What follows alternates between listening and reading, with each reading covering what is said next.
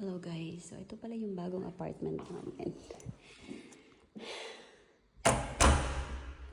Mag-apartment tour tayo today. Haggard na. Kasi nakakuha kasi ako ng bedside. Ang haggard talaga day. Anyway, nakakuha ko ng bedside table sa Ros Calaba. Diba? Ganda siya. Light lang talaga. Binay ko lang. Pero anyway,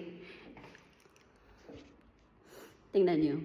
Ito yung bagong apartment namin, guys. Ano pa rin kami, live-in pa rin kami ng roommate ko. Pero this time, dalawa na yung rooms, bedrooms. So, ito yung sa akin. Pakita ko ng klaro, B. So, ito yung door, no? And then, pag ano dito, hindi pa kami lilipat, mga ilang days pa. Then, dalawang door as usual. And then, dito. And then, ito din, wala to sa kabila. Malaki kasi ito, guys. Kasi nga, yung apartment namin doon is 1 bedroom lang siya. So, ito 2 bedrooms. Yan sa akin. At dito naman yung roommate ko. Yan. Naghahakot-hakot na kami. Ito may ano siya, may walk-in closet. Bongga. And then, dito yung sala namin. See? Malawak na siya. And then, tingnan nyo naman.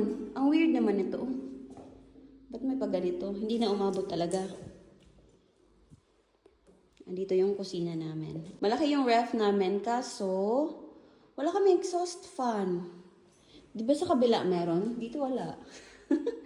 So, pag nagluto kami ng mga tuyo-tuyo, ay good luck. And then, dito naman yung CR. Oh. May pag-glass. Ito lang siya. Maliit lang. Pero okay na yun. So, ano lang pala. Katabi lang pala yung bed namin. I mean, bedroom. And then, naghahakot-hakot na kami. Start na kami naghakot. And then, wala pang bed kasi wala pang kuryente dito, guys. Actually, sa ano pa ata, last week of August pa. Pero sabi ng roommate ko, may tubig na daw. Try na natin. Uy! Okay. May tubig na. Nice, nice, nice. So, yun lang. Wala pang ilaw. Tumawag na yung roommate ko sa parang ano dito, yung electric company. So, yun lang muna guys. I-update ko kayo if nakalipat na talaga kami. At yung may mga gamit na rin kahit papano.